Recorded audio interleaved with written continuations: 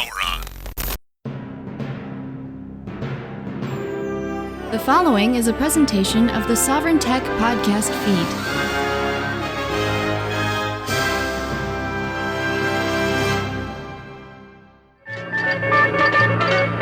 And now for another fast-breaking news story, we go to our roving reporter, The podcast, Sovryn Tech. Its host, Dr. Brian Sovryn.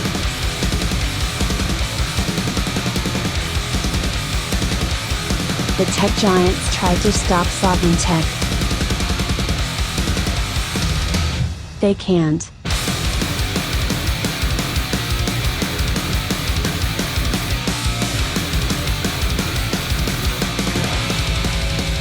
Woo! The man of tomorrow is here, doing an episode that I didn't think I'd ever be doing. And what I mean by that is an episode about a completely new version of Windows. Now, is that the truth? Well, we'll get into it because we're talking about Windows 11. But the Golden Stallion, the man of tomorrow, Savzu, the rated R radio star, the podcast champion, is here to talk about it.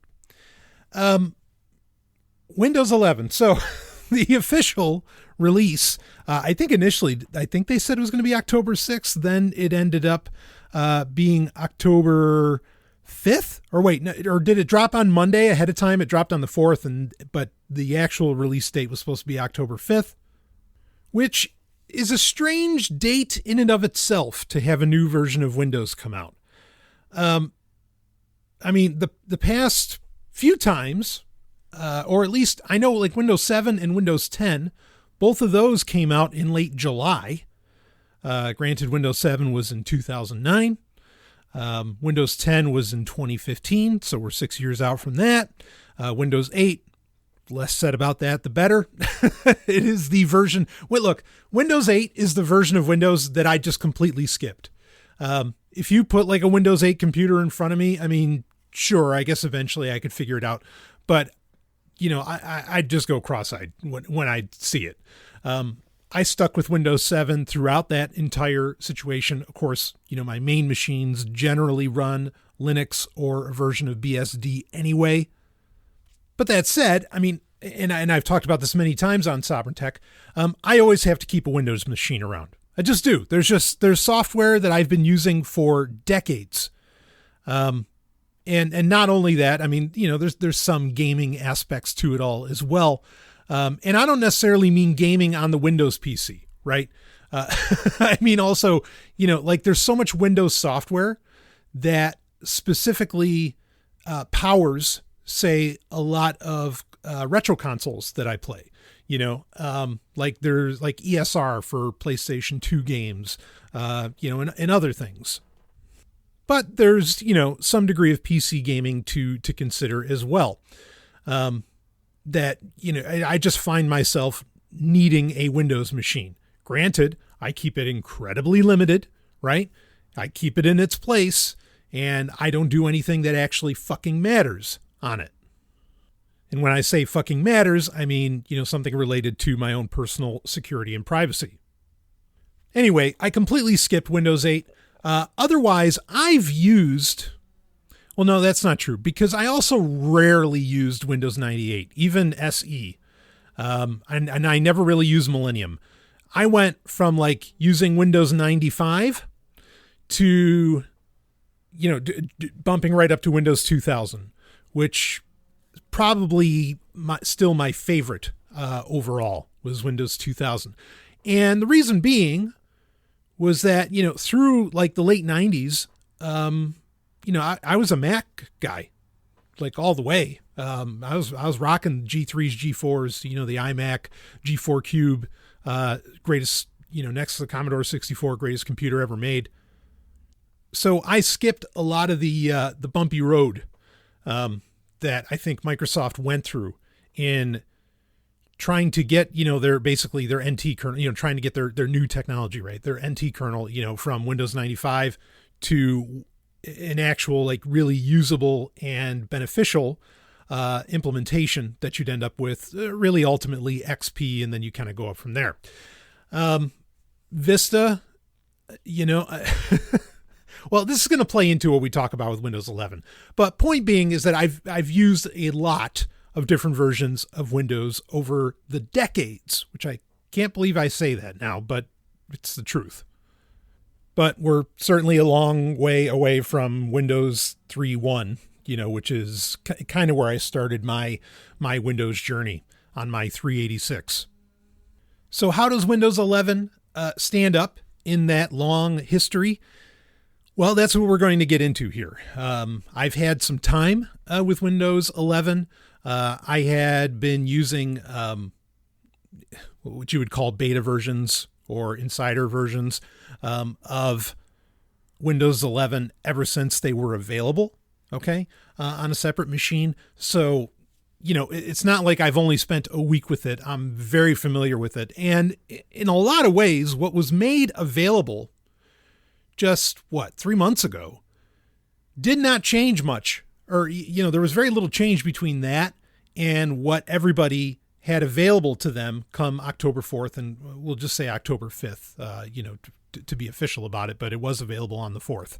Now, if you're in the Sovryn Tech Telegram group, I kind of already gave my thoughts on Windows 11. I know there have been plenty of people who have been reviewing it. Certainly, and a lot of people, boy, their tirades have been, frankly, instant classics, in my opinion, like from Paul Thurrott, who I enjoy his work. So you'd know if you were a part of that. And of course, if you want to join the Sovryn Tech Telegram group, link is in the show notes. But before we get into what I do think of it and my full-on review, I only gave a hint, I did say matter of fact what I thought of it, but I didn't go into grand detail in the Telegram group. But before we do that, let's talk about the specs, that the final specs, because these seem to be changing over the past 3 months when we initially got the announcement that Windows 11 was going to be a thing. Again, remember, this was announced in June of 2021, June 24th, 2021, and then released, beginning of October. So the final spec sheet for Windows 11 is as follows. Processor, 1 gigahertz or faster, with 2 or more cores. So you got to have a dual core. On a compatible 64-bit processor, and or an ARM, basically SoC, system on a chip. Of course, this is kind of like a new thing where I think with both, I don't believe Windows 10 required a dual core. In fact, I know it didn't, because you had a 32-bit of Windows 10.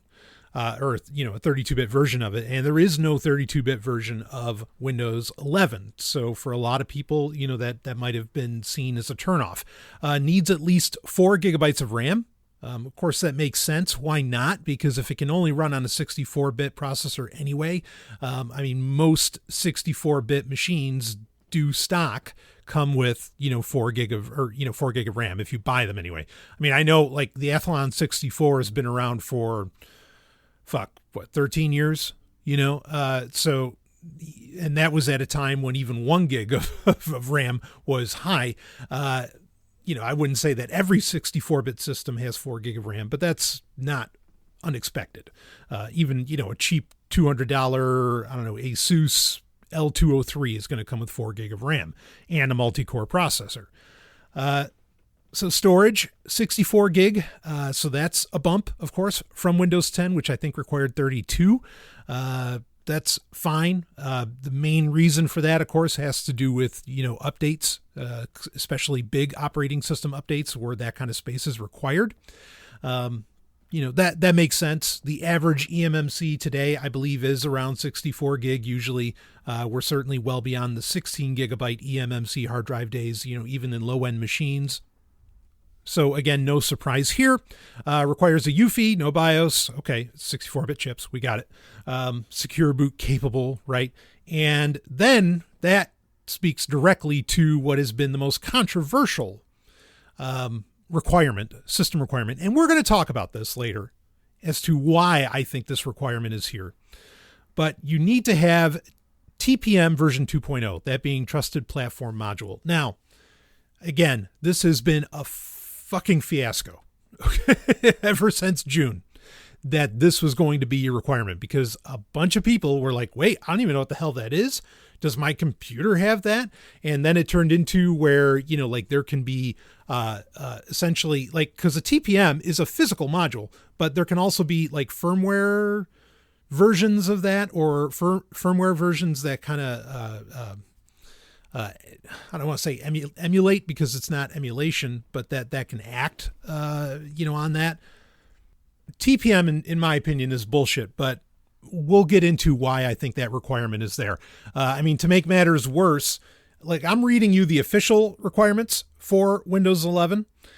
To make matters worse, Microsoft themselves came out and said, yeah, okay, if you don't have TPM 2.0, you can still install it, so what's the point, right? And that seems to be true for some of these other requirements. It's like, well, okay, we're saying this, but you could still install it. And we are talking about minimum system requirements. But again, even Microsoft is admitting that these are somewhat bullshit. Now, when the announcement dropped for Windows 11, I did record an episode in June covering the announcement and everything that was talked about then. So you can certainly hear my thoughts at that point and some of my predictions. But anyway, I do have, I don't want to say that my opinion is terribly different from what I thought before, but if it is different, it's probably in the negative. Not that I was positive at the time, but well, anyway, so the TPM thing, we will talk about that. Okay. Graphics card compatible with DirectX 12 with, WDDM 2.0 driver. Okay, fine. Whatever. And most like, Intel built in, not even like Intel Graphics UHD, just an Intel Graphics HD shared or, integrated graphics processing, as compared to like a dedicated NVIDIA card or something, that's going to do that job. So that's not that, that's not a big deal. Most computers can handle that anyway. But the display was another area that I actually talked about when I did the recent review, not it was a review of a model, but of the idea and what we know so far of Valve's Steam Deck, is that the display, now they're not giving you a like specific resolution, like, number by number, like it's not 1366 by 768 or whatever that is. Now they're just saying it's got to be 720p, but they're still holding on to that 9-inch diagonal requirement, which when I talked about the Steam Deck, which I'd mentioned in other episodes I've recorded, I was amazed at the response that I got to that episode, and a lot of it negative. People really want the Steam Deck to be a thing, and that's fine. I think I got misinterpreted in a lot of what I was saying on that, but this still holds true. They are saying, so sure, the Steam Deck has a 720p screen. Okay, that meets Windows 11 requirements, but the 9-inch screen, oh, no, it doesn't meet that. Anyway, that maybe I'll talk about that more later, but this 9-inch screen deal is it's very odd to me. And I'm sure it's easy enough to maybe get around, just the screen can scroll and you could put in like a specific driver to allow for that, but I wouldn't. That would be a really piss poor experience for me. So Windows 11 with these requirements was not going to run on my GPD micro PC. Okay. Because that has like a 6-inch screen diagonal, right? Which I like, even though it is 720p. So the final version of Windows that came out, which how Microsoft is rolling it out is if they think, whatever they think, if they think that Windows 11 is ready for your computer, and all the hardware you have attached and everything, which of course, Windows knows, just go to System About and you can see it. Then they will give you the option to download Windows 11. They don't really force it on you. Good. They give you the option. I went seeking for it. Now, no matter how it used to be like with Windows 10 updates that you could just like hit check for updates a couple times and eventually they would treat that, what Microsoft officially calls you a seeker, as in you're looking for the new version. Then they would offer it to you, even if it went against what you could say are their, hardware recommendations or configuration recommendations. That was not so much true as far as I've seen with Windows 11. So I had to go to, and if I think of it, I'll put the link in the show notes for this. There are links in the show notes that I'm going to put in that'll be helpful if you do decide to go forward with Windows 11. But if I think of it, I'll put this here. And that is, I had to go to Microsoft's site, get their installer, that will help you create, it'll do a couple things. It can help you create a bootable image to do a clean install of Windows 11, or it will, do the update for you outside of, the updater built into Windows settings. That's what I went with, is where I did not do a clean install. I had it upgrade from Windows 10 because I wanted to see how wrong could this go. So to be clear, Microsoft did not recommend that I installed this, on this machine. So I have it installed on an ASUS laptop. I'd say it's a mid-grade laptop. It's not a high-end ZenBook. It's a VivoBook, which is kind of their mid-tier. It has an 8th generation i5, specifically an Intel i5 8265U. So that's a quad core. It does have 12 gig of RAM in it. That's as much as I can put into this thing because one of the RAM chips is soldered in. And it has a Samsung 970 Evo inside of it as far as a hard drive, 512 gig. So just so you know what I'm playing with here. Wi-Fi wise, it does not have wireless AX or Wi-Fi 6 as they call it now. But it does have AC or Wi-Fi 5. I am running Windows 11 Home. That is what it automatically updated me to because I guess I was running Windows 10 Home on this previously. Now that brings up another requirement that isn't on Microsoft's requirements page. That is, if you are using the Home version as compared to a Pro or Enterprise version, there's a million SKUs for these things. But if you are using a Home version of Windows 11, at least for the first time that you boot up the computer, you have to be logged into a Microsoft account and you have to have an internet connection. That's outrageous. Okay. That's just stupid on so many levels that's a requirement. I don't care if it only needs to do it once. Okay. A computer should, just in my opinion, a desktop computer by definition should not have to connect to the internet ever. Okay. Now, of course, as I do, you can set up bullshit Microsoft accounts, right? That aren't attached to who you are in any real way.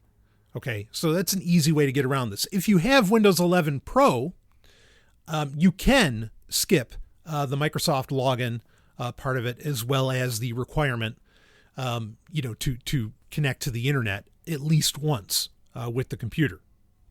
Now, the reason that I think Microsoft is doing this, is it to get some kind of identifier? There's never one reason for anything in life at all. Okay. Really. There's never just one reason. Okay. I don't know, maybe there's situations where something that occurs does come down to one reason, but usually, life is quantum. There's at least more than one reason why something is happening, gets done, or is chosen, or, enacted, whatever. So I don't want to say that there's only one reason why Microsoft is doing this. I don't even want to say that it's necessarily nefarious. That's kind of that nefariousness comes from perspective, I think, here. But I'll give you two reasons why I think that this is a requirement for home users. One is to track how many installs there are. They just want to know how many installs there are. Okay. I don't necessarily think it has to do with being able to, install Windows 11 on 5 machines using one license key or anything like that. I don't think that that's necessarily the situation. I also think that most people will at some point, yes, they will connect a Windows machine to the internet at some point. They're just going to. Okay. So, I think they wanted, especially early on, I think Microsoft wanted like really impressive numbers to point at of how many devices installed Windows 11, say in 2021 and 2022. And this was a way of verifying that. Okay. And they probably do want to know the specs of the machine that you're using that you installed it on. But that is somewhat of an investor play, right? That's to like impress investors and whatever else. So I think that's part of the reason that they did that. Okay. We could say, oh, I mean, and I get it, where people would want to say that it's nefarious. Oh, it's for tracking. It's for this, blah, blah, blah. If they really wanted to do tracking, they could just say, that it requires an internet connection, so many times a year, right? That the tracking thing doesn't really make sense to me. Look, there's plenty of nefarious shit that Microsoft does. Plenty. There's horrendous shit. And I mean like horrendous. I mean, they support the military, they support ICE, they support the government, they support police, with like even predictive crime and shit like this. Like, I mean, there's plenty of terrible things you can point at for Microsoft. So I'm not taking any, making them look like a good guy in any way. I'm just saying, I don't think this has anything to do with tracking you. Okay. Or at least not tracking in the like necessarily anti-privacy or what are they doing, kind of way. The other part of this comes down to that hardware scanning again, making sure that knowing whether or not you have TPM. And this gets into insurance, specifically cyber insurance, but maybe even insurance in general. We're going to save that conversation for later, but I want you to know that I think this is part of that schema that we will talk about later. So it's dumb. If you can skip it, skip it. I like to install Windows without for many reasons, I like to install Windows without a Microsoft account. But so if you can, great. If you have Pro, great, do it without it. Should we be able to buy a version of Windows that, maybe is more privacy respecting? Of course we should be able to, but it's not going to happen because the data and metadata of your machine is just, it's too important and valuable to Microsoft and their present operations. But anyway, I don't think, and so I want to take a second here as well. I don't think the TPM requirement has to do with selling new PCs either. A lot of people are on that train that Windows 11 is all about selling new PCs. I don't buy it. I don't believe that. I mean, it could maybe be one of the reasons, but it's only one reason. I think that there are, just like I talked about, I think that there's an investor play here, which is true for new versions of operating systems across multiple device classes. Like, why does iOS come out with new versions of iOS, or why does Apple come out with new versions of iOS? Why does Google come out with new versions of Android? One of the major reasons they do that is to appease investors, to make it look like they're doing something. Okay. Even though, because look, here's the thing, and this might even be key to a lot of what we're going to talk about with Windows 11. One of the most important concepts for anybody today in modernity is that it is possible, and not only possible, but incredibly common, that we innovate in our industrial society, that we innovate beyond perfection, that we may have already achieved in some technological classes a level of perfection, of what works best for the individual, for the task, for whatever, the scenario. But because because there is in the economy, in the market, there is this belief that you have to have endless growth. Everything has to keep growing. And that, to get more, or to keep money from investors and whatever else, you have to show like you're doing something. You end up, the incentives are to innovate for innovation, or like to quote unquote innovate, because it's arguable, is it even an innovation if you've already gotten past perfection?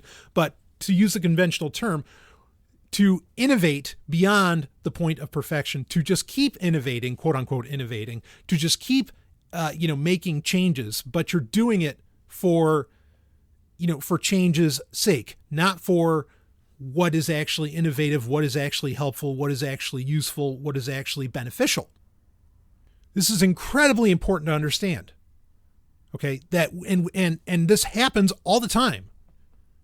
In the 21st century, in the 20th century, it was happening, where we innovate beyond perfection. And is that a problem? Absolutely it is. So understand that there are a lot of things done, developed, released, put upon you, especially in the tech world, that have more to do with appeasing investors than in appeasing customers or consumers, okay, or users. And you may say, well, wait, Stallion, isn't what's best for the consumer ultimately what appeases the investor and what is best for the investor because that allows for adoption and growth? No, not true at all, because most of these investors, believe me, I've talked to them, most of these investors, and I assure you, many of these CEOs think you're an idiot. They think you don't know what you want. Okay. And so they have to tell you what you want. And again, before you think, well, I have choice though, and I can get what I want. Can you really? Go buy a TV without smart features. Yeah, you can do it, but good luck. You're certainly not going to be able to go down the street, and you're going to be digging for a while on Amazon. And it's also probably going to be a couple of years old, at least, that television. So no, you can't get what you want. The market, I'm not saying it's a freed market, but the market as it is will force things on you or force choices on you. Anyway, let's get back to Windows 11, which, speaking of choice, again, and I'll give you my final verdict later, you don't have to update to Windows 11, frankly, ever. Windows 10 is officially supported until 2025. In my opinion, I think that number is going to go up.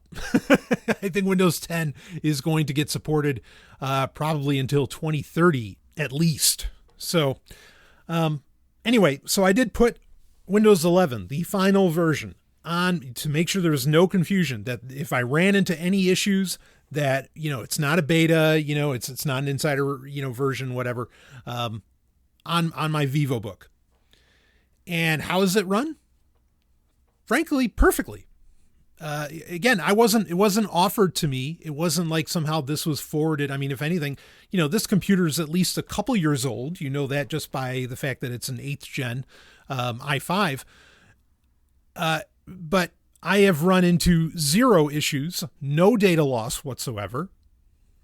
I kind of feel like the battery life has taken a hit, has taken a dive, but that may not be true. Like that's one of those things that could be a flaw in perception on my part. So, I don't really have the, any hard metrics, to be able to say that. That's just something that I feel, but everything works perfectly.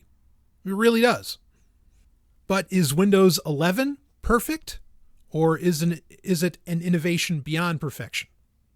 Well, yeah, it's an innovation beyond perfection. Not that I'd ever say that there was any version of Windows that was somehow perfection. Again, my favorite version has been Windows 2000.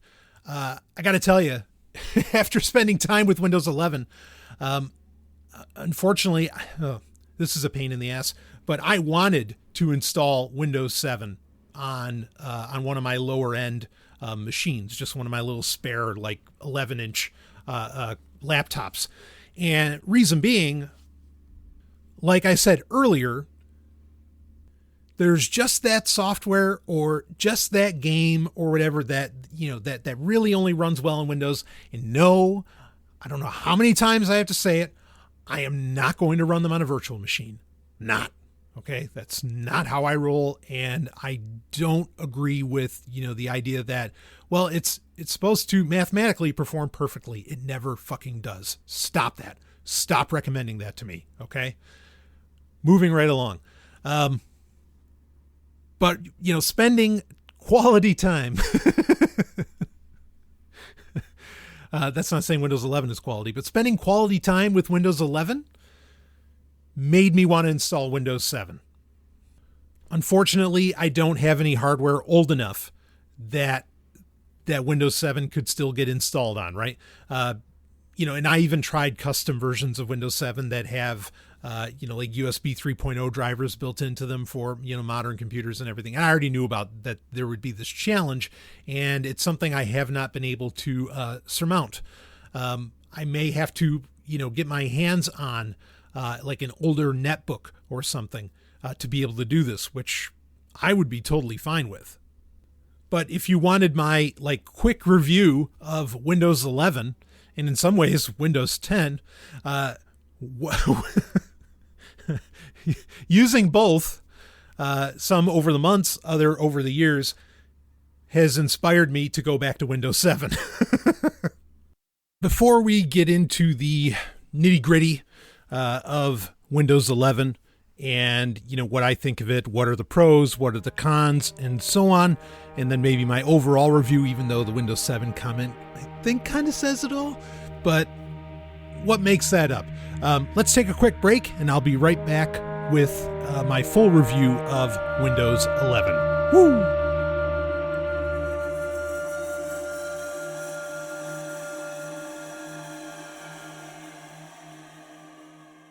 Hey, is Sovryn Tech not enough for you? Well, let me tell you about something you'll never get enough of. No, I mean it. We're talking about a radio show and podcast that goes all night long, 7 nights a week, 3 hours a night, 365 days a year, and has been going since the early aughts, baby. I am talking about none other than Free Talk Live. It's the show you control. That's right. It's an open phones call-in show that is ready for you. And if you're worried that your voice isn't going to get heard, don't be. We are talking about the only libertarian radio show stateside. And not only that, it's also the number 26 talk show in the United States. Start listening now and go ahead and hit that massive back catalog at freetalklive.com. The Golden Stallion guarantees a good time, and you might even find some episodes with me on them when you do. That's freetalklive.com, and we thank them for sponsoring Sovryn Tech. Let's get back to the show.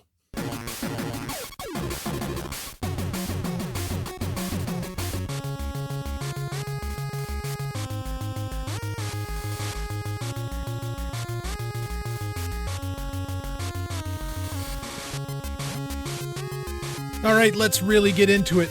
So, like I said earlier, on the 8th Gen i5 Asus laptop that I installed this on, I have run into no issues.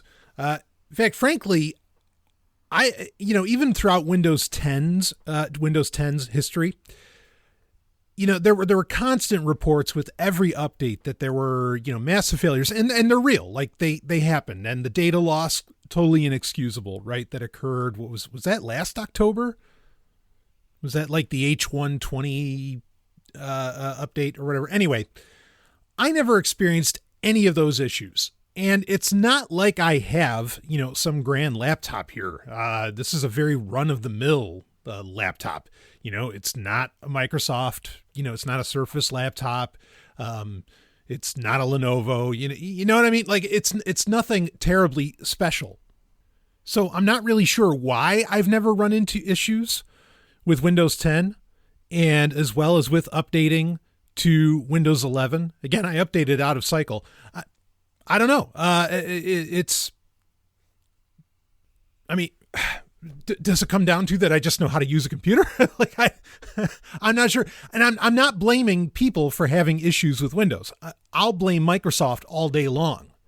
Okay. I do have some sympathy for the devil in that, as I've said many times, Windows in general, forget the version, is really like the Swiss Army knife of operating systems. And that is no mean feat, to achieve, to handle all the hardware and everything else that Windows, takes on and has taken on for decades and has largely kept backwards compatibility with, other than, where Vista really killed a ton of hardware, and libraries.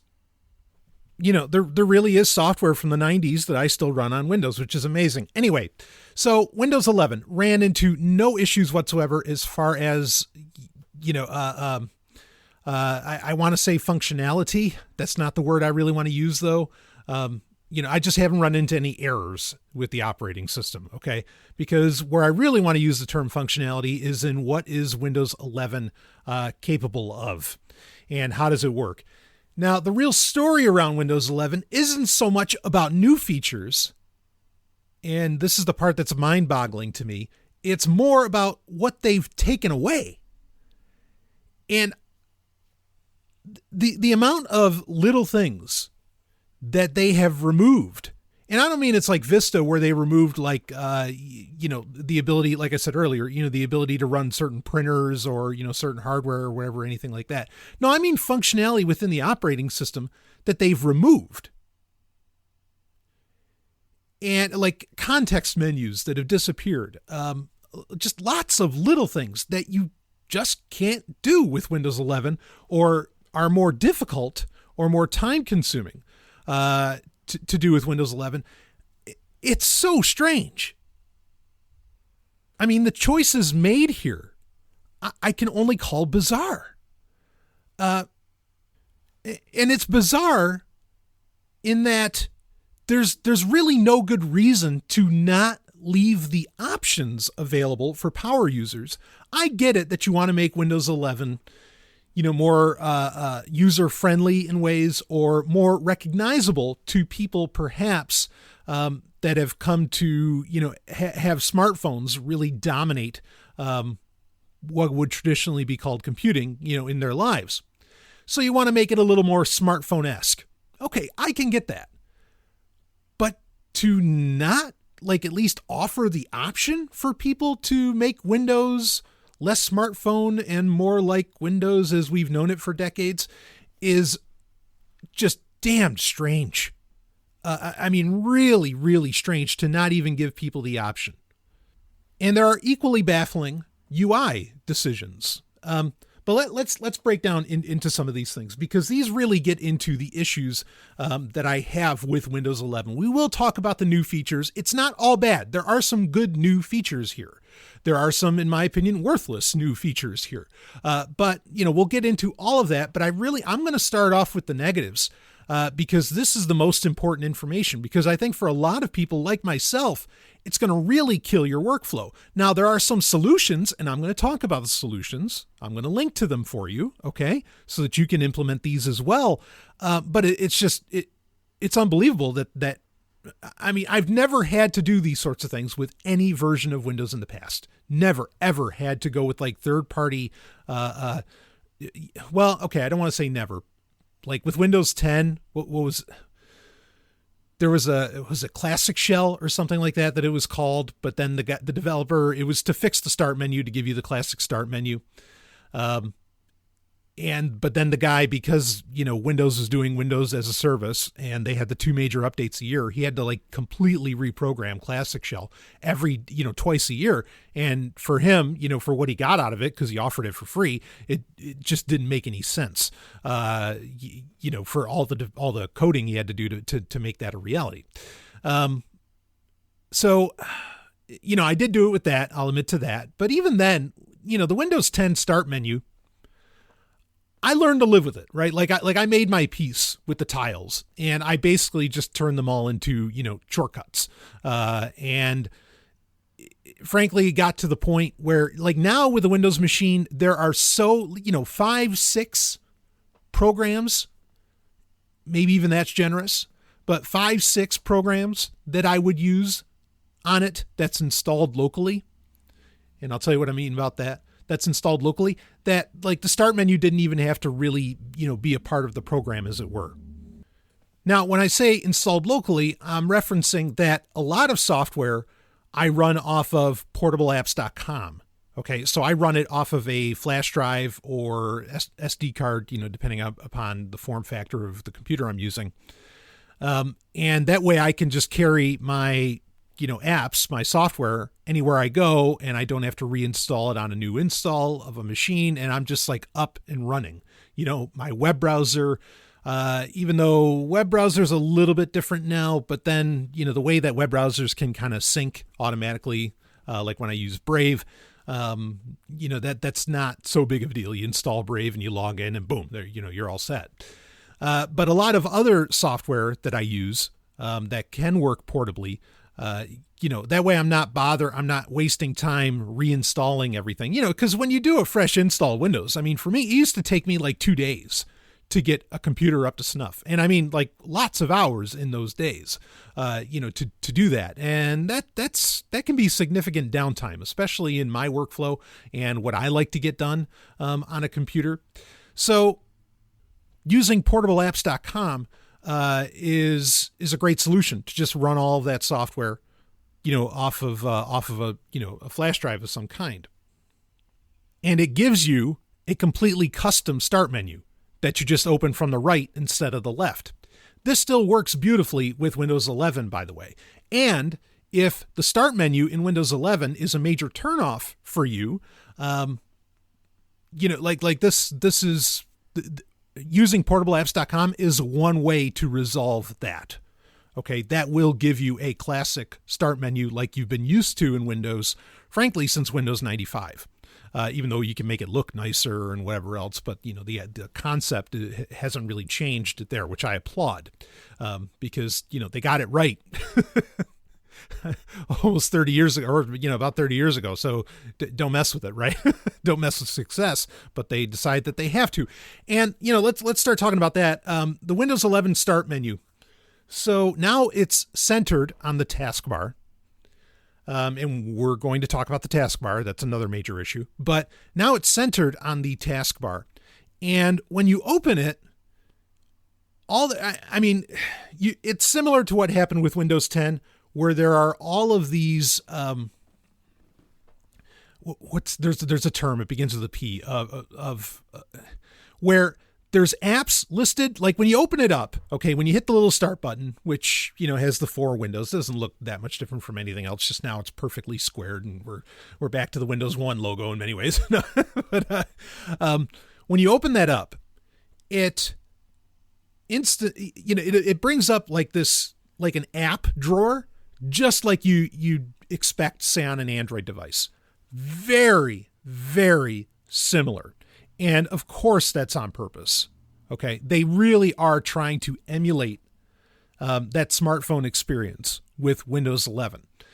I don't like that. Like, I want a traditional start menu that has different sections and options and everything. But it's easy enough to get used to, and you have room, depending upon your screen size, for 10 to 15, whatever, app shortcuts that you could put in this start menu, which is, again, really just an app drawer. And that can work fine. The problem is that what I was going to mention, why can't I think of the word? Anyway, there are, just like in Windows 10, where you had like Candy Crush and you had a bunch of other apps that were like suggested. Some of them were already installed, kind of like Candy Crush. There's a lot of crap in the start menu that, like you think, wait a minute, they automatically installed Facebook Messenger. And when I saw that at first in the app drawer, or in the start menu, I'm going to end up calling it an app drawer. When I saw that at first, I was livid. Like, I was absolutely fucking livid, because I thought, wait a minute, that means there are Facebook cookies, Facebook bullshit pre-installed on my Windows machine. Unacceptable. Absolutely unacceptable. Mark Zuckerberg ain't getting any tracking cookies on me, baby. He's not getting anything. And of course, what you find out is when you click on it, no, it's not actually installed. It's just set there, like it's on, it's in the start menu, and it won't install until you click on it once. Well, here's the thing. Anything you want to get rid of, don't left click on anything, right click on everything and get it uninstalled. Okay. Because it's kind of a pain in the ass, because there's no real way that it signifies until after you decided to install it, what is pre-installed and what is not. So there's a lot of cleanup to go through on the start menu, but that's all there is. If you think back to Windows 7, where in the start menu, you'd have options to go to different folders, right? Like your documents folder or your downloads folder, or you'd have control panel or devices and printers, like all these really handy shortcuts, to get to the settings and nitty gritty of the operating system. All that stuff's gone. I mean, it was kind of gone with Windows 10 too, in a way. It was just a little more off to the left, which was never intuitive to have those like 4 icons on the left-hand side. But you're not getting that. All you're getting is, again, essentially an app drawer. Now, underneath these app shortcuts that you can put in the start menu is a recents area. Now, this is a complete waste. And if you've read any reviews of Windows 11, I'm sure you've heard other people say this and talk about it.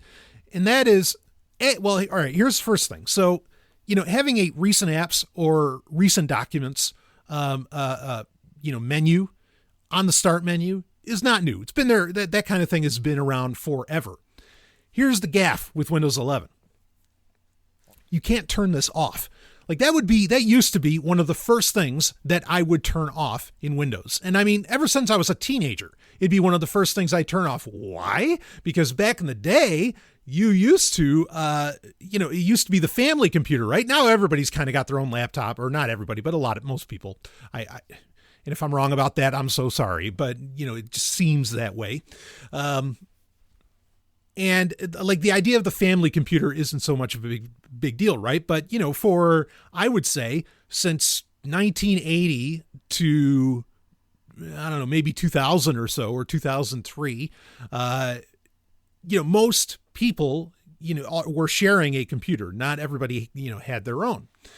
And, I was a teenager doing bad things according to civilization. I wouldn't want, anybody else that's going to get on that computer to see what the last thing was that I was writing, or that I was doing, or that I, what software, like I didn't want anybody to know. And so that's always the first thing I'd be fucking turning off.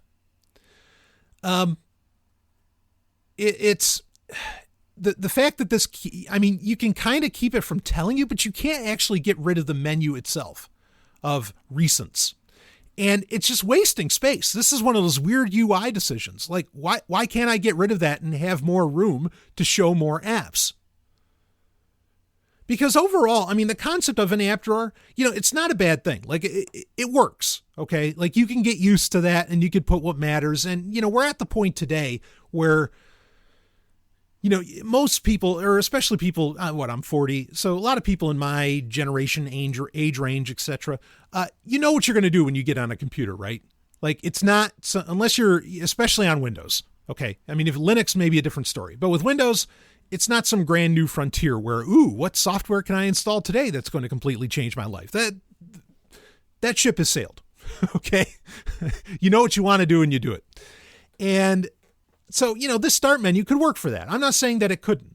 I think it's bullshit that there are a lot of things you can't pin to it.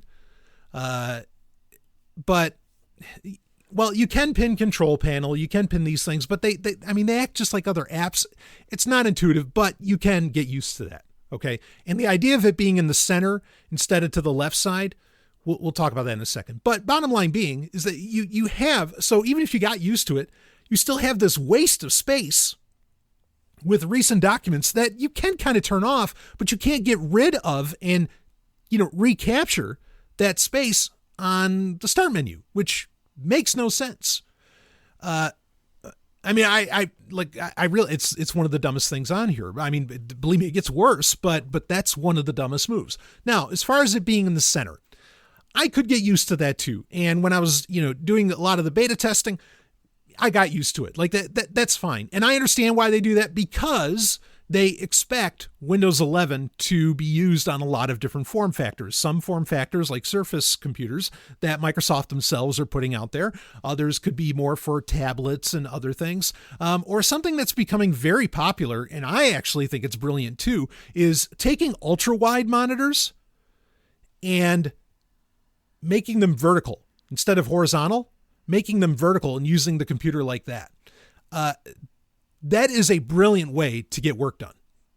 You wouldn't think of it, and at first it looks very strange, but then when you've got, like, say, a video up top and then your work below it or something, and you're kind of consuming both of those, your eyes seem to take things in a lot better in that vertical space as compared to looking across the giant horizontal nature of an ultra, a 21 by 9 monitor. Now, if it's curved, that might not work so well, but a flat 21 by 9 monitor works really well in the vertical position. If you've never tried it, I recommend it. Windows 11, does great with that set.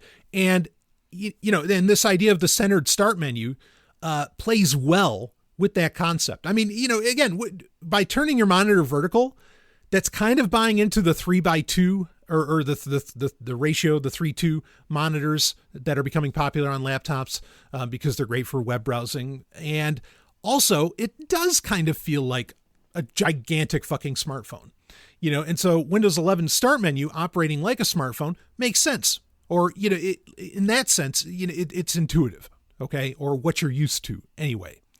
So the start menu being in the center, not a big deal. Do you have the option to move it to the left? Yes. Did I move it to the left ultimately? Yes. I want Windows to operate like Windows has for decades. Okay. Now that's a personal choice. I'm just saying that I don't think it being in the center is like a total deal breaker. Here's the two parts that are weird, right?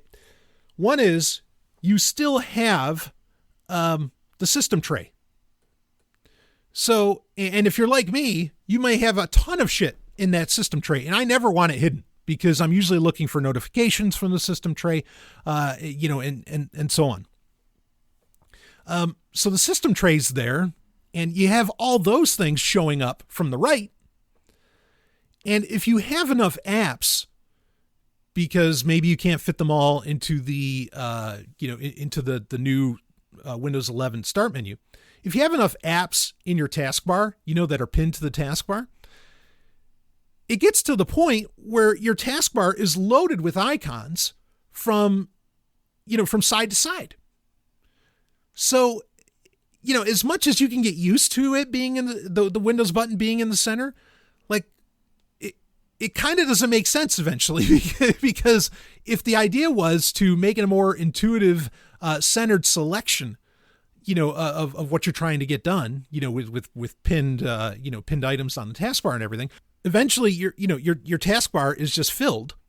And I think that negates this whole idea, because the start menu, since it just looks like another, icon, a pinned icon, it gets lost in the shuffle, and you can't, you have to look for it, as to where when it's a start button with very dedicated space off to the left-hand side, there's a lot of intentionality that goes into it, and it looks so different from everything else, on the taskbar, that there's never any confusion. So I feel like there's an intuitiveness lost in this whole concept of having the start menu in the center and having the start button, just look like another icon and just be another part of, just lost in the crowd on the taskbar. It really doesn't make sense in that regard. Like I said, I get it from a tablet perspective and the idea of changing what form factor you're looking at Windows with and everything.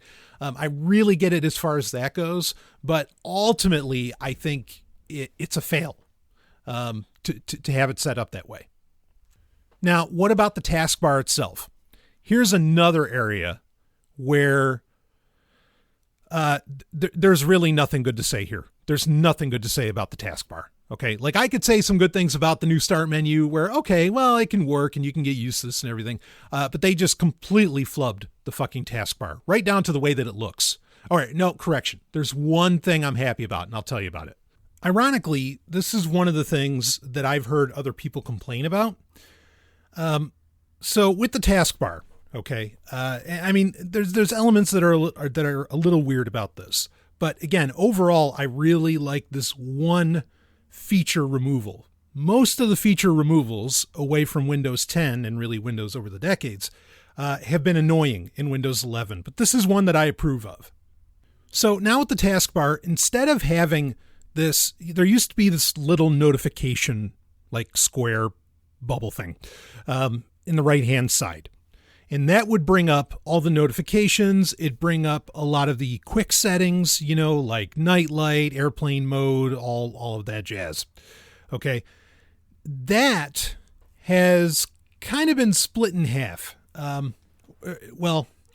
Okay, so what has happened is the notifications that say you would get from an app that you have installed, like say an app from the Microsoft Store, those now appear atop of the calendar, which is, still accessed by, by clicking on the clock, right, on the right-hand side.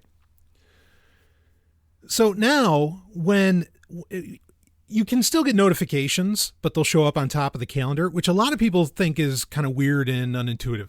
I disagree. I think because a lot of the notifications that people are expecting are notifications, from their calendar, right? And so having it atop your calendar makes some degree of sense. I hated, maybe not at first, but eventually I hated notifications in Windows 10, that little bubble. And to make matters worse, okay, here's where the big difference came in, okay? Real quick. So the quick settings now appear where Wi-Fi, what shows the Wi-Fi strength. So your network symbol, the volume symbol, and the battery symbol on the system tray on the right-hand side, that all now brings up your quick settings. And that's also where, if you have audio playing from a web browser, that will show up in the web browser. Now that's an improvement too, because I hated in Windows 10 when you'd get the, play, pause, you'd get the media controls essentially. With the volume button, okay, it'd show up in the top, not the bottom right where the system tray is. It would show up in the top left, and it would end up covering half of what I'm seeing because it's huge, right? Because like the media controls were massive. So they shrunk the media controls and they put it as a notification that persistently sits, on top of the quick settings that you can bring up. Way better implementation, just infinitely better implementation. But that's not the thing that I love. What I love is that now when you put on what's called Focus Assist, Windows 10 had it too, where you can turn off those notifications. In Windows 10, when you had Focus Assist on, you would still get, even though it wouldn't ding and it wouldn't bring up a little pop-up of what the notification was, the little white square in the bottom right of the system tray would still fill in and be white, letting you know that there's a notification. That completely defeats the purpose, because you're going to see that the square fucking turned white and got filled in, and you're going to want to look. It's like, no, I don't want fucking notifications at all. I don't want it. It's bad enough I have to get them on my phone. Fuck notifications. They are literally killing the human brain. And I say that as in the royal we of human. I mean, notifications are just melting us, melting our mentalities. And I hated that so much in Windows 10. Windows 11? No, now it just shows a little moon on the bottom right-hand side. I have no idea if there's notifications there. And I couldn't be happier. That's such a gigantic improvement. It's such a small thing, but massive improvement. I hope they don't change their minds about that and say, well, we'll fill in the moon anyway when you have a notification. It's like, no, I don't want to know. I don't want to know. Right? So, the fact that you can really turn notifications off and not see any visual signal of them at all, and repositioning the media controls, I think those are two brilliant moves for the taskbar. And the media controls really weren't part of the taskbar, which is why I didn't say that there's actually two things that I love, but it just came up now that it's in there. Now, let's talk about the taskbar more in general. So those are the two things I like. Everything else is horrible. Everything. So one thing is just the visual look of the taskbar. It's gigantic now. It's thick. Now, there's a couple different ways that you can change this, and I'll talk about one of them, but it's not, the ability to do that is not built into Windows to resize the taskbar, but the icons are huge. The taskbar is huge, where I'm used to setting everything to as small as possible, because I usually have my system tray is just loaded, with important stuff that I want to know is running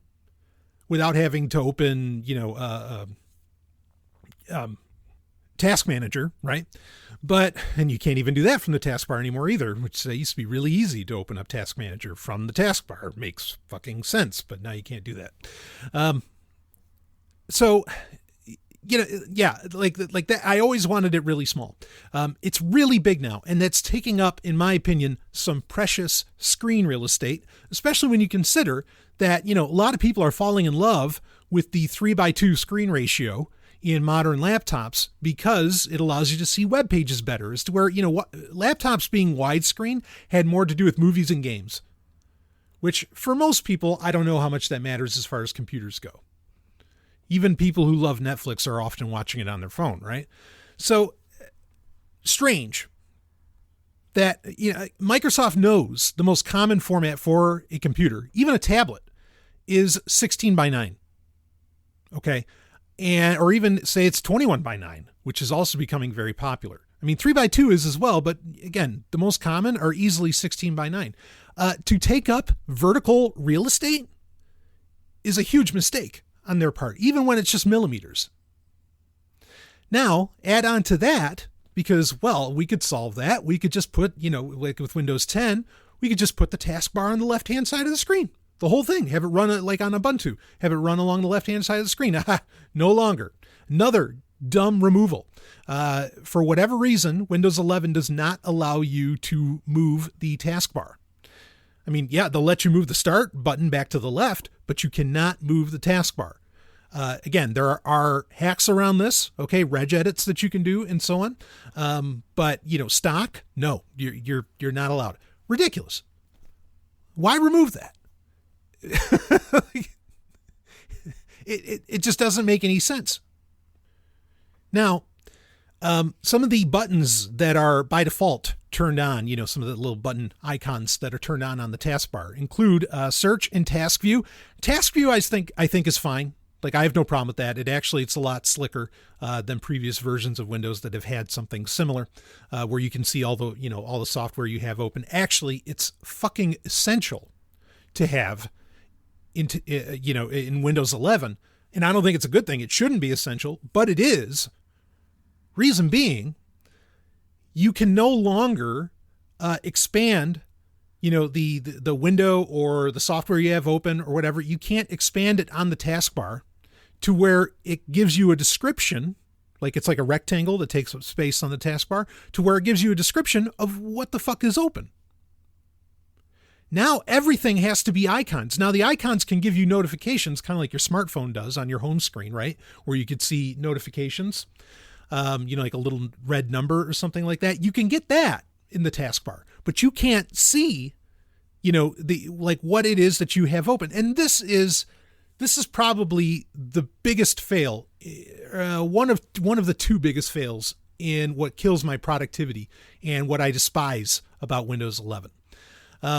Because and look, I know they've been trying to make this a thing where you interact with the icon and not like the full, rectangle that describes everything that's happening, that describes what, again, what window what folder you have open, etc. I really get that. Okay. The inclusion of, say, for downloads on a web browser, for it to be like a little, little line bar that fills in as something you're downloading is, however many percentage is going by. Okay, that makes it a little more palatable. But again, I know they've been trying to get everybody on these icons forever. I mean, I remember I've been doing this probably since versions of Vista, I would assume, at least since Windows 7. But you could always, even though they wanted you to get used to just interacting with icons on the taskbar, you could always turn that off and switch it back to where you get the full view of what you're messing with. You cannot in Windows 11, and I think that's insane. I'm sure at some point somebody's going to come out with a fix for that. We're going to talk about for a fix overall for the taskbar and for the start menu here in a minute. But that's total fail. Next total fail. So anyway, yeah, well, like I was saying with the task view, that's why you need task view, because you can't really see what the hell's going on unless you highlight over an icon. And even then, then there's a little descriptor, but it's a pain in the ass. When you're somebody that like me who transfers files a lot, has a lot of different folders open, this just becomes a pain becomes a complete pain to deal with that. And I also don't like, I like being able to see notifications from whatever tab I have open in my web browser and see the notifications from that tab.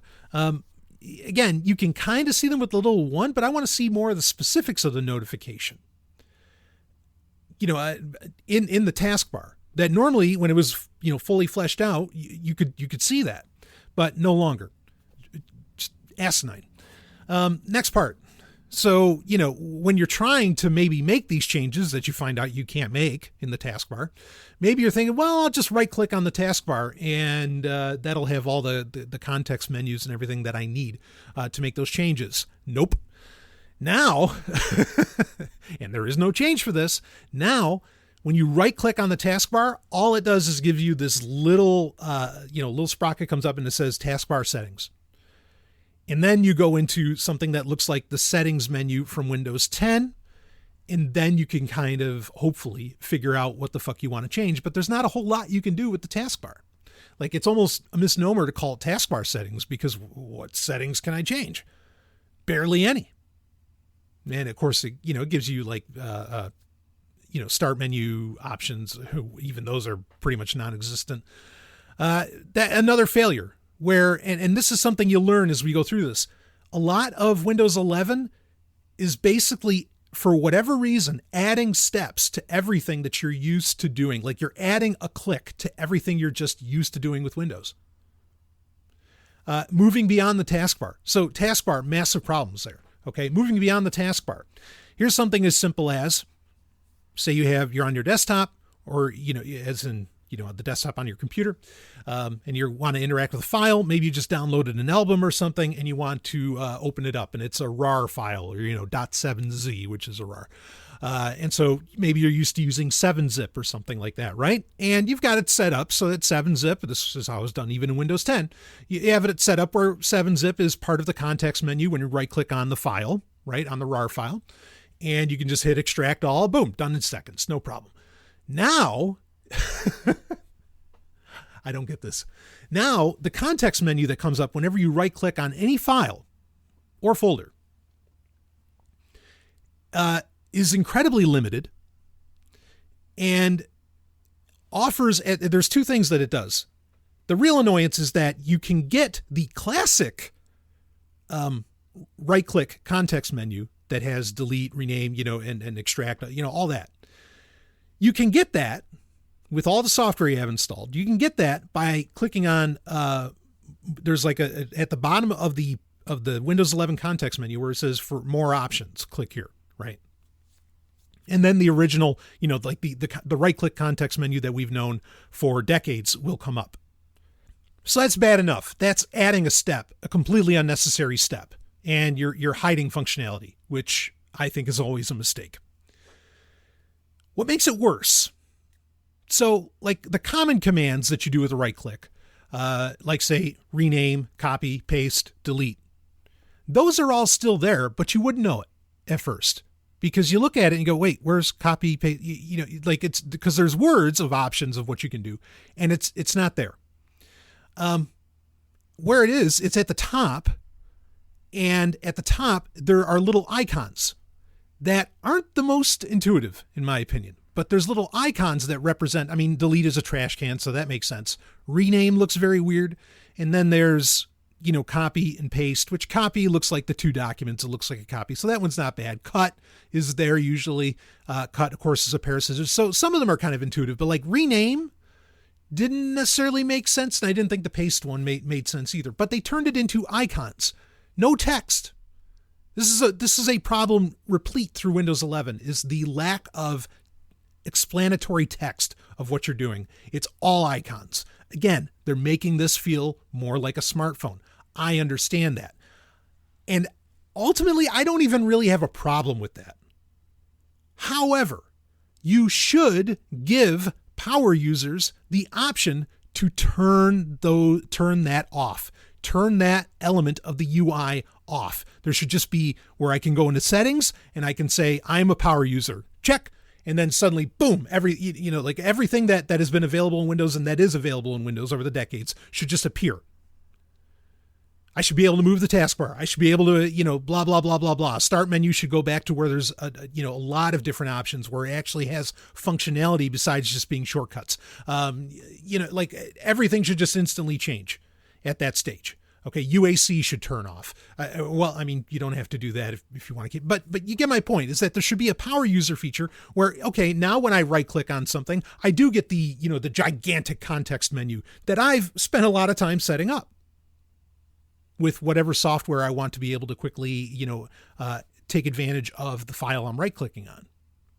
And, really most of my complaints around Windows 11 would actually be solved if they just had a power user option where I could turn that on and, all of their new UI shit and everything just turns off. And look, here's what makes it worse. We know all the stuff that was in Windows 10 is still underlying. It's still beneath everything all the flourish you're getting in Flash and flourish you're getting in Windows 11. We know it's there. Why? Because you can edit the registry and holy shit, suddenly half this stuff can come back.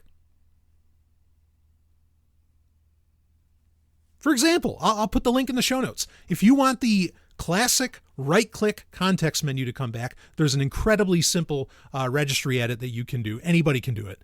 And it doesn't damage anything really, even if you did it wrong. I'll put the link in the show notes for that. But, turn that on in a heartbeat. because the new right-click menu is horrible. Horrible. I mean, I'll tell you, for the taskbar issues and the right-click situation, and really the start menu as well, those three things alone, if you're fine with Windows 10, just stay there. There is no great advantage to Windows 11. There is no great advantage to Windows 11. None. Even the security, I don't buy it. I don't buy that Windows 11 is somehow inherently more secure than Windows 10. And don't tell me it's because of the TPM. That's horseshit. And I'm going to explain, again, we'll get into the conversation around why the TPM requirement. I have a theory, and I think it's actually a very broad theory, goes well beyond the tech world. But I have a theory on that, and again, it has to do with insurance. We'll talk about it in a little bit here. Now, let's talk about the file manager. This is a place where I don't think that the changes made are that terrible. I actually like the different coloration for different folders. That's not a bad touch. Most of the context menu that you're used to and wanting is all still there. It's really not that different than what you've dealt with since like Windows 7. So not a major deal there. The dark mode for the entire operating system is still wildly inconsistent. It was amazing when we got dark mode in just the file manager in Windows 10. But the crazy part is that when you say you're transferring files from, one folder to another, you still get that, white menu that comes up, showing you the progress bar, right? And the percentage, and that's bright white. And it's like, wait, why isn't this in dark mode? So they still have not gotten, system-wide dark mode in the OS down yet, which blows my mind. That is not a difficult computer challenge, folks. It's not a computer science problem. I don't know what they're thinking is here, but wow. But really, I mean, the only issue I really have with the file manager isn't even the file manager. It has to do with the taskbar again, because I can't see all of the windows, all the file manager windows that I have open at once. And I should be able to see that. It's crazy. On my taskbar, I should be able to see that so I can quickly click between them. Man, I mean, when you've got the amount of USB drives connected to your machine like I do, this is insane, that I have to go through so many extra clicks, just to get very simple stuff done, like transferring files. Now, that said, I mean, you may be asking, well, Stallion, I mean, do you like your rounded corners? What do you think of the UI overall? Overall, again, I don't have a problem with the look. The rounded corners, fine. The coloration, fine. The new icon packs that they use, a lot. I actually really like a lot of those, like I was saying. I don't really have any problem with that. The lock screen even looks a bit cleaner. I'm okay with that. I mean, none of it's like changing my life where I'm like, oh, this is just so much more pleasant to use. By no means do I experience that. But yeah, so, form, no real issue. The function, oh yeah. I mean, it's just so weird to remove. Like, this is the first time I feel like Windows itself has had functionality removed from it. And it's just, it's the dumbest move I think I've seen in not just in operating systems, in the tech world in general. Like, Windows' strength, the reason people still use it is because it does what it's done for decades. And now you decide to, you don't even give people the option. You just completely remove this shit. It's so strange. I'm dying to know what the only thing I can imagine is that Microsoft's thinking is all right, so we're going to remove features, and then to make Windows 11 sound like this amazing fucking thing, in a year, we're going to start adding them back. And hopefully by then people have forgotten that they used to even be able to do this, but now they'll think it's a new thing and they'll think, oh, Windows 11 is amazing. I got to believe it's a marketing play. I don't get it. Or unless they just don't want people to do wonderful things with computers or efficient things with computers. Baffled. This is the worst move since like the ribbon.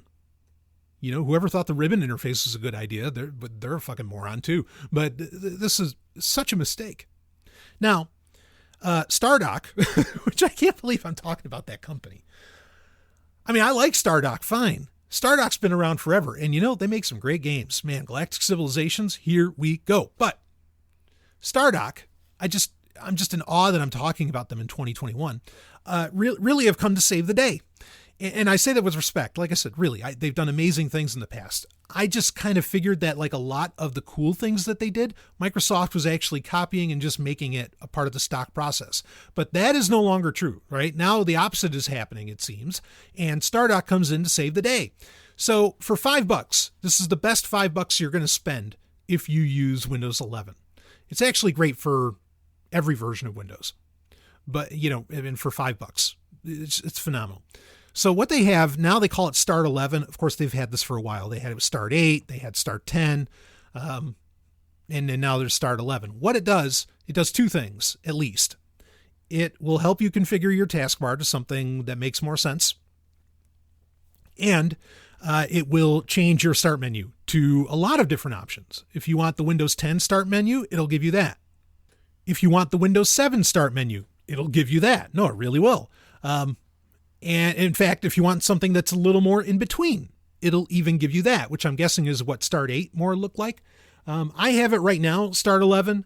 I have it set up. It shows up on the left-hand side. There's my start button. In fact, you can customize your start button, which I always enjoy doing that.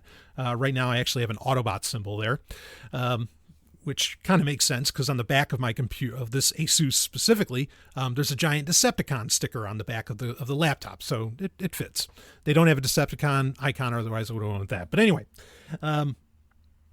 so I punch up, I hit the little Autobot symbol, and there is a start menu that I can appreciate. A start menu that has on the left-hand side has quick access to whatever I want to shortcut there. On the right-hand side has my documents folder link, pictures, downloads.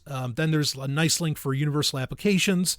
My computer is there, which is an essential link in Windows because it is the quickest way to get to disk management, to system properties, to all kinds of things. Control panels right under that. Settings, the new Windows 11 settings, which is kind of there with Windows 10. Maybe it's a little bit better, but anyway, devices and printers, default programs, Windows tools. I mean, like I can actually configure quite a bit what shows up on the right-hand side of the start menu, but it's a functional fucking start menu.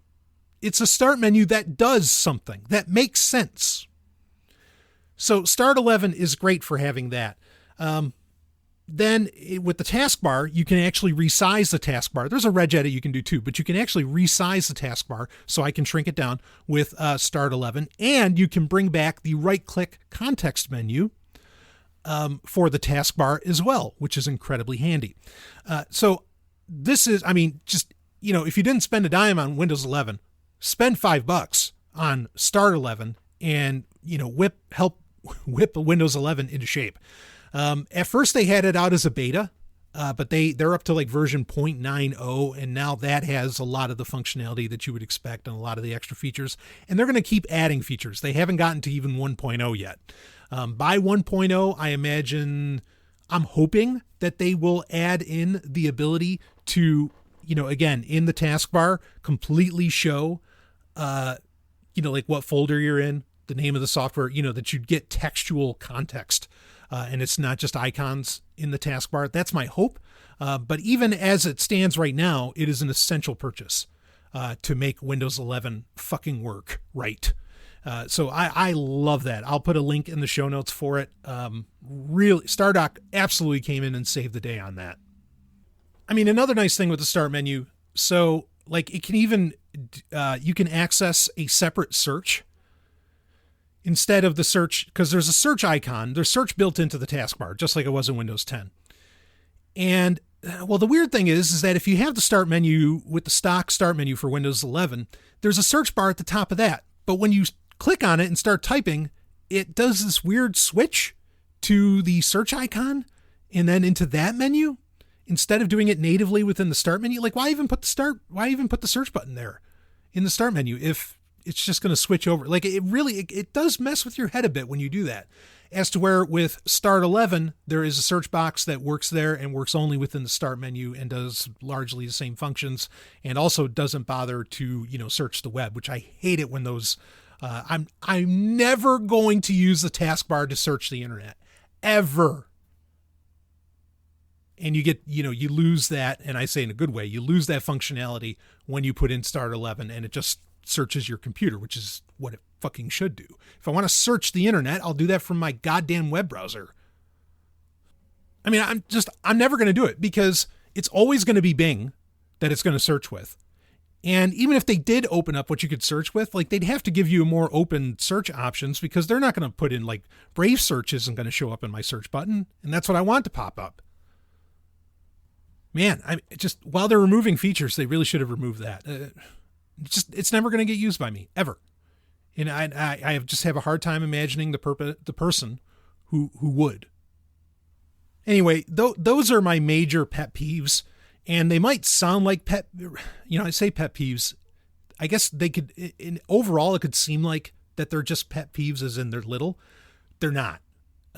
These things that, the taskbar, not having full view of the file manager, or like the windows you have open, not having that and not having the context for them. The lack of again, you can regedit and fix this to where you can get the full right click context menu, for files, but the lack of that, and again, the Start menu isn't as big of a deal, but I still consider Start 11 essential. I mean, I didn't like Windows 10 Start menu either. I only dealt with that. But a lot of times what again, I run portableapps.com, which has its own Start menu on the right-hand side. I got used to clicking on that. And that still looks like Windows 7. Hell, you can make it look like Windows 2000 while you're at it. So I always kind of ignored it in Windows 10. But, now with Windows 11, like, it's just... It's a mistake. Like, it's a UI mistake. There's just, it's really a mistake. I get why they're doing it. Again, Windows 11 is all about kind of smartphoneifying, the desktop. I understand. I just don't think that's a good idea. But good ideas that are in Windows 11, and there are some, that I will bring up. I'll talk about the good things. Setup process was a little nicer without Cortana. That was great. One of the big things that it does really well are the snaps and docking.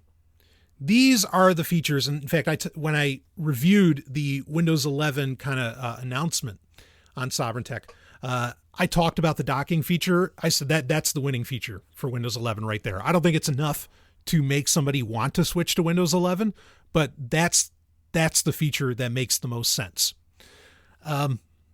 So docking.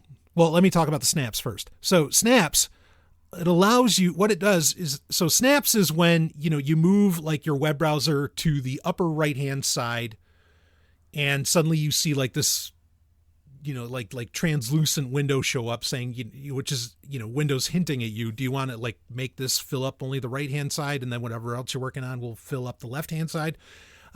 It's organizing to the maximum space of the screen all of the windows you have open. This works really well in Windows 11.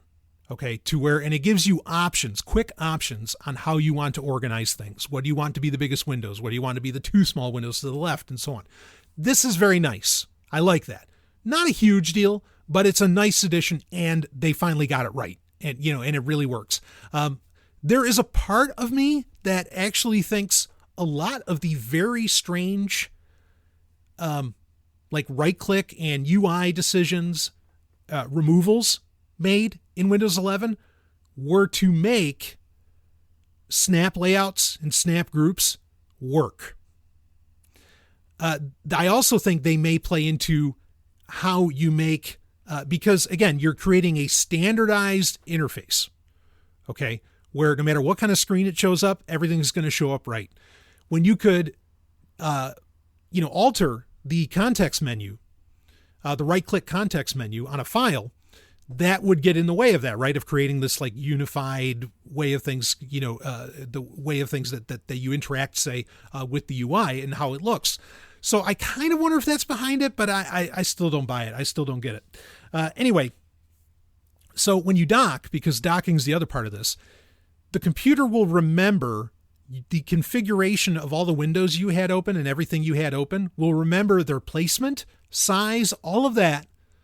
When you pull the laptop away from, say, a second monitor and all that jazz, and then when you plug it back in. So and this used to be a real problem with Windows and really second monitor situations overall, where apps, even like VLC Player, say you had that on a second monitor so that you could work on one and watch on the other. VLC would stay stuck on the other monitor, right? Until you rebooted the computer, then it would come back to the main screen. But you're like, well, where the fuck did that go? It's still thinking, the OS was still thinking there's a second monitor and VLC should be open on it. Used to have to do it from the taskbar where you would right click, to be able to move with the keyboard a window so that you could bring it back into the original monitor or into the main monitor, whether on your laptop or whatever. And I'm glad that that's not a thing anymore. That works brilliantly. In fact, I think I've even heard Paul Thurrott say it's magic. And I hate, using that term for computers, but yeah, it's magic. Like it works really, really well, the whole docking setup, which is in Microsoft's best interest based upon the hardware that they make. But I still thought that was a great move and well done. Is it enough to want to go to Windows 11? Like I said, no, I don't think that that's enough of a reason to do it. Virtual desktops. This is another reason why you want to keep the task view button in your taskbar, because you can set up virtual desktops and they do go so far as to where, you can fairly well organize them to know that, wow, yeah, that's like having a whole other computer by flipping through the virtual desktops. And the easiest way to flip through the virtual desktops is through the task view button on the taskbar. That works well. I thought that was nice. So, there's a lot of multitasking options here that Windows 11 brought in, and are not going to be, as far as I know, backported to Windows 10, but that are here that are winners. They're good ideas, and they're well implemented. But again, it's not enough. The one thing that I think would make Windows 11 all the more exciting and might be worth updating to, an upgrading to, I don't know if I want to call it an upgrade. It does feel just like a Windows 10 update, is not here yet. And in fact, it won't be here until next year, as far as I know. It won't be here until 2022. And that is the addition of Android apps via the Amazon App Store. But, there's a good bet you'll be able to add in other app stores, frankly. So, the point is that more or less natively, or at least out of the box, Windows 11 can run Android apps. That is really compelling. No more having to install BlueStacks or, anything like that. But that feature is not here. So, and I would argue that was Windows 11's biggest selling point. And, like, come for the multitasking, stay for the Android apps. Well, the Android apps aren't here, so don't stay. And I feel like Windows 11 is essentially pointless without that. That was the big move. And I don't get it. Like, what were they thinking? They know that was the major selling point. And if this is supposed to be as big a deal as they were wanting, the new version of Windows to be, why not have that ready day one? I mean, a part of me is glad they didn't, because, this, one of the things the sense you get when you use Windows 11 is it feels incomplete. Like it feels like a version 0.5 of the operating system. And to be fair, I mean, it's only been in the wild to test for 3 months max. Yeah, they were testing it internally, I'm sure, at Microsoft, but like with the masses, with the unwashed masses, like only 3 months. Fuck, this should have been announced a year ago, and then you spend the time take advantage of the, insider rings and everything, take advantage of the insider builds. And then, a year later you release it and bammo. But that's not what they did. It's a mistake. I mean, launching this without Android apps was a complete mistake because, most people just feel like, meh. I mean, that's the reactions I'm seeing, is that nobody really cares, about Windows 11. Like the hype machine is just not there. Now, to be fair, like, Windows 7 was a necessity, right? You had to resolve the disaster that was Windows Vista. So you got to get 7 out, and people were excited for 7 because they saw that it was fixing all the problems of Vista. Windows 10, skipping ahead, Windows 10, same situation. We have to fix Windows 8. It was a mistake. And, there's even a part of me that feels like Windows 11 is like slowly leading towards like Windows 8 again. Like they felt like Windows 8 was maybe ahead of its time, which I think an argument could be made for that if you're into smartphones. If you're into that kind of interface. Again, on a desktop, I want a workhorse. I want to get work done. A smartphone setup is not going to do it. Or a smartphone layout is not going to do it on my desktop. But regardless, it does feel like Windows 11 might be going there. Again, the use of so much iconography and so on. Anyway, Windows 10 had to come in and say, we're going to solve the problems with Windows 8. And so there was excitement around Windows 10. Windows 11, there wasn't, I don't know that there was anything really to solve. I'm not saying Windows 10 was perfect. It wasn't. Windows 7 was. But there was nothing to fix. So you could say that there's a malaise coming just from that. But then it turns into, why do Windows 11, right? Now, I'll say this. Oh, before anybody asks about the widgets, just turn those off. They're a fucking waste. Don't. They're not ready. The tipping system's not ready. None of that shit's ready. Just like the Android apps. I mean, some of the biggest features here just, aren't ready for prime time, aren't even available. I could get into the whole Microsoft Teams thing. I mean, that's getting into, insane levels where like now there's a Microsoft Teams for consumers and there's a full on chat button. Again, just turn all that off. You can turn it all off. I mean, I use Microsoft Teams for clients and some other things. I don't think it's necessarily bad software, other than it's Microsoft, but it's just cluttering shit up. And ultimately, I think they should have stuck with Skype, but that's a whole other conversation. But those widgets, just kill them. They're not doing anything. Gaming features, quick. I guess I should mention this, that they did port over auto HDR and direct storage, both which help with like load times as well as overall, look of video games that they've put in. And these were originally like kind of pioneered in the Xbox Series X. I've taken a look at those. I mean, those are, like it looks like those are very nice. So if you're a gamer, that's something that could really matter, but I just cannot believe that they're going to change your life, from 10 to 11. So I don't even think that that's necessarily exciting. Okay. So there, talked about all that because those are new features as well, but I don't know how much they do for anybody and if you're like really screaming for that. Why Windows 11? I think let's get into this conversation. I really think when that guy who was an employee of Microsoft, even though Microsoft never, confirmed or denied what he said, when that guy years ago said that Windows 10 was going to be the last version of Windows, I think he meant that. I think Microsoft meant that. I think that was the narrative at the company. I think that was meant to be true. Now, whether it's because Windows 10 Mobile failed, again, there's never one reason. That's probably part of it. I think another part of it, well, here's this. Like, if they had planned on there being a Windows 11, why skip 9? Like, there was no point to skipping 9 if you thought there was going to be another version. It made sense at the time. Okay, they're going to go right to Windows 10. Yeah, I know the 789 joke, whatever. Or 8.1 was actually 9. Like, I get it. But it wasn't. So, why, like, for it to go to Windows 10 from 8 to 10 made sense. All right, this is the final one. So we're going with 10 and that's it. And boom. And, yay. But if you knew there was going to be 11, like, why go with the branding that makes it feel like the ultimate version of Windows at that time? It really just didn't make any sense. That they somehow, like, I really, really think that they were planning on Windows 10 being the end of it.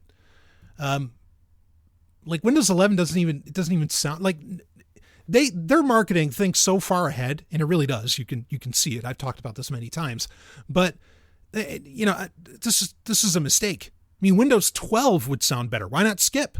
Go right to Windows 12. There are a lot of oddities here. Okay. What I really think, though, what I think is the main driver for why they decided to come out with Windows 11 speaks to, maybe they wanted to, get more into like the, kind of the mobile look for the operating system. I get that. That might just be an excuse for where they want to go. Maybe that's to get things ready. If they ever come out with the Surface Neo or whatever, that 2-screen, not the phone, not the Surface Duo, but the Surface Neo that we know was in development. Maybe it's getting people ready for that. Maybe it's so that, I don't know, maybe Windows 10 Mobile will come back and work on something like Windows Mobile, whatever number, will come back and will take advantage of like the Duo screen, or they'll rebrand Android, but they want a consistent UI look from desktop to smartphone. Like maybe that's part of it. Sure, I could see that, but I really think they could have gotten away with that with just Windows 10. Without having to go to a whole other brand name or a whole other name for the operating system. I think the TPM is the really big deal here. And allow me to explain why. This is a theory. There is some evidence to back it up, but it's not like direct evidence to my claim. But this is my theory. We are entering, actually we're already in it. We've been in it for a while, but we are entering a future of rampant cyber warfare.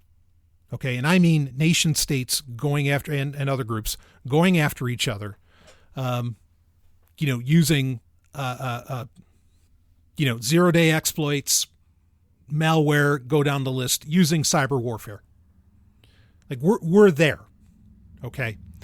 And sooner or later, you're going to have where the everyday person really gets caught in the middle of that. I don't feel like that's exactly happened yet. Sure, ransomware is happening and you get the after effects of Colonial Pipeline shutting down, things like this.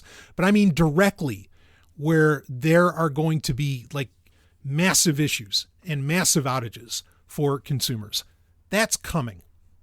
Even if that doesn't come, it doesn't change my overall theory. Okay.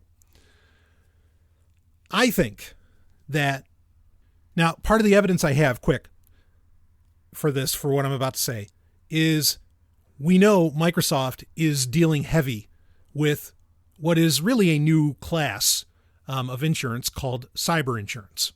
Okay. And now it's a fairly new class. Like a lot of people are still trying to figure this out. And I know this for a fact because I've had to do ghostwriting about it. And I'll leave it at that for major outlets. And ransomware isn't going anywhere, especially with cryptocurrencies being around, which also aren't going anywhere. So, and I'm not blaming cryptocurrencies for ransomware. I'm just saying that they make it convenient. So, the past few years with all of these ransomware attacks has really lit a fire underneath the government.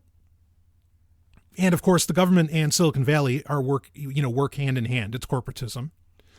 And so they all have fires under their asses about this because they are shelling out millions, if not to the tune now over the past 10 years, billions of dollars to municipalities and insurance companies, even to private companies and so on, to resolve this. Like it's costly and it's common, and that's a problem. Okay. So what I think is going on here, Windows 11 probably has a totally new EULA. I haven't deep dived on that. Okay, end user license agreement. Has a totally new EULA. It requires TPM. Now, TPM, in my opinion, doesn't really do anything for security, but it is something that you could hold against a user or a company if they don't have it. Okay. Now, what do I mean by that? These new security requirements are not about actually securing the machine. They're about taking the onus off of, taking the blame off of Microsoft, saying, oh, no, well, look, I mean, here's the scenario. So you get a ransomware attack. You're using Windows 11. And you call up Microsoft, hey, could you fucking help us out here? Like, we can't access any of our spreadsheets, blah, blah, blah. And they're going to say, oh yeah, let's look at your machine. And they're going to say, oh, you don't have TPM. Sorry, you broke the user license agreement. We're not responsible for what happened to your computers because your shit's not secure enough. Even though, again, like I said, TPM's bullshit. And that's why I think that Microsoft was basically like, oh yeah, you can still install it without TPM, but and they just kind of like said it, really like under their nose or under their breath. And I think that's what this is hinting at, is that it's all about liability.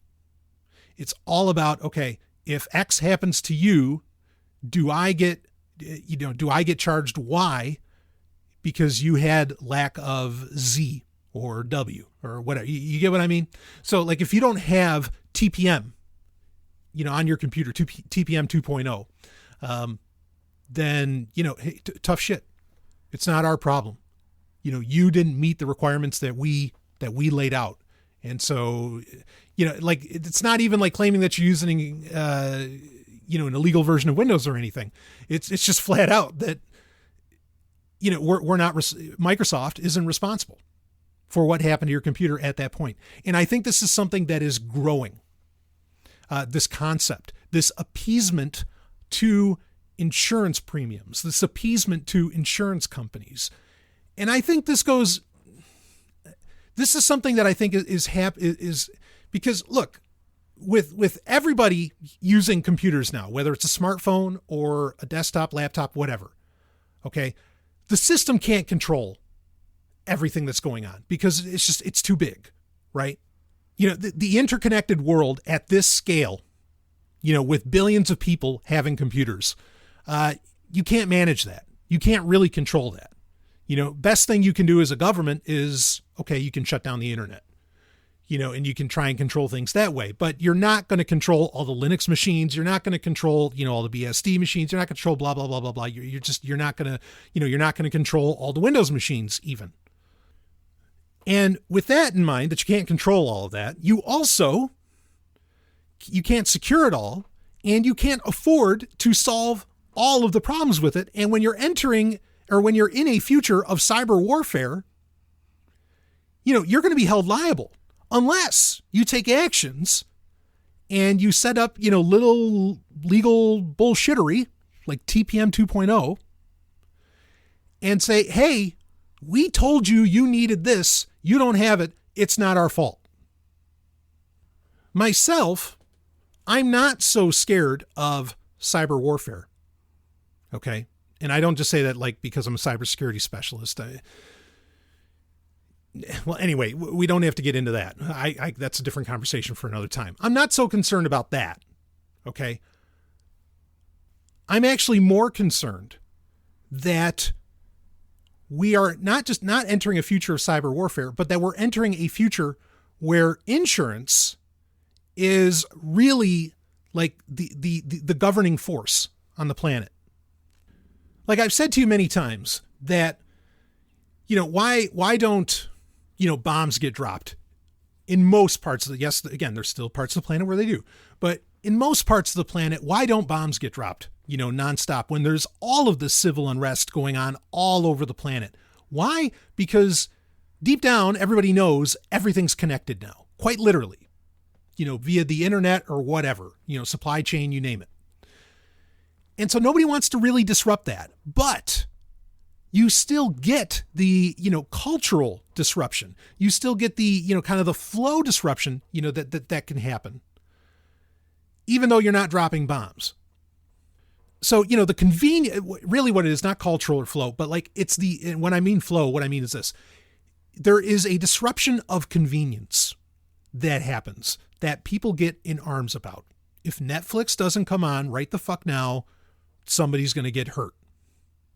That's the way most people think. Okay. So because nobody wants to like physically drop bombs, because if you take out the internet in one place, it takes out, say in a war, if you take out the internet here, it takes out the internet, on the enemy's side, it takes out the, the internet on the attacker's side too. So that's unacceptable. You can't shut down the internet, right? Or theoretically. So you do cyber warfare where you just shut down elements, right? Where you make things, you use malware and whatever else, or ransomware to make things, to cause things to, become inaccessible. Okay. But it doesn't disrupt your own use of, this massive network. As to where before, in traditional warfare, when you attack the enemy, people died. Now, why is that important to bring up? Because in modern warfare or cyber warfare, now the people who are affected by the actions of the attacker are still alive. Why is that a problem? I mean, I'm glad, believe me, I never want people to die. But why is that a problem for, for governments? It's a problem because before, when Dresden gets bombed, well, you don't have to pay anything out to anybody. You don't have to, bring in like the repair teams right away or whatever, because everybody's dead. You'd send in a medical team, maybe, whatever, and that costs whatever thousands and you save some people perhaps, but like, there's no reparations. There's no like, there's no real rebuild fee, all this jazz, right? As to where now, when, life gets disrupted, now it's all, electronic, but it disrupts things and the people are still alive. And now they go crying to town hall, to, the White House or whatever. And they're like, hey, fucking fix our shit. And that costs money. So I think that as we're in this, now we're in this realm of cyber warfare, governments and companies, businesses, corporations, they can't afford cyber warfare as it is. And, still make the promises to people that, oh yeah, we back up our product, or we, back up the infrastructure of our country, or, all this stuff. They can't do that. And so I feel like a lot of this is pushing people into directions, pushing people into areas where they have to front the bill for, dealing with cyber warfare, which is why you buy a new operating system or a new smartphone or whatever. And if you don't, then, you're shit out of luck because we told you what you need to have to be covered by this company or by the government or whatever, and you didn't live up to it. I mean, I'll take this even a step further. I think this is a major driving force behind the vaccines.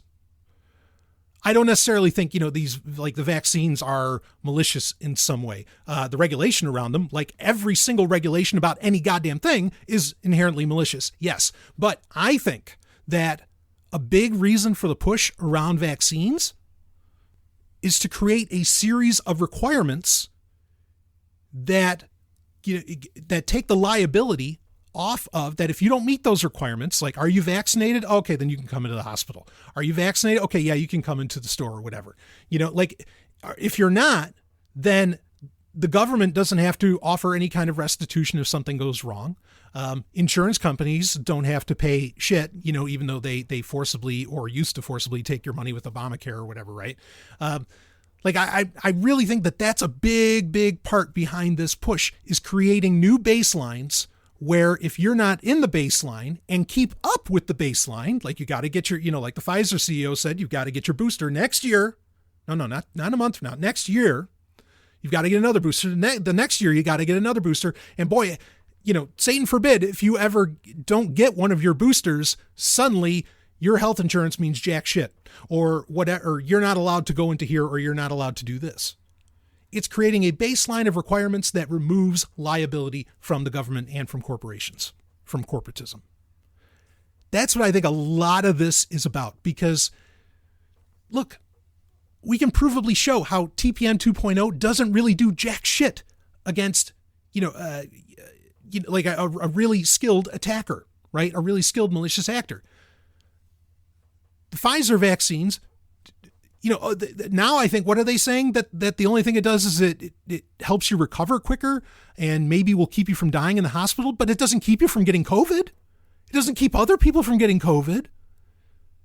So like, what's the point here? If these things don't actually secure, like with Windows 11, like if TPM 2.0 provably doesn't do jack, what is the point? Why make this a requirement? If the vaccine doesn't do jack, what's the point here? What's the play? And I don't just think it's like rampant authoritarianism. Again, I really feel like it comes down to quite simply creating, or setting a precedent and creating a series of requirements so that, again, the more they put on you what you have to have and what you have to do, and this has been true forever in a lot of ways, but the more you have to have, it means the more that you can miss out on, and that means the less that government, insurance, corporations, whatever, have to pay out, for you to be respected as a person. And, a part of me really wonders, I know we're way out of doing a review of Windows 11. We're so far beyond that now. But I'll bring it back. Don't worry. But I want to bring this up because, everybody's wondering, like, everybody's just shaking their heads. None of this makes sense. Why are they doing this? I know a lot of, and I've had friends, who are really into like anarcho-capitalism, whatever. And, a lot of also anarcho-capitalist writers, they would talk about how, the future's going to be a bunch of insurance companies.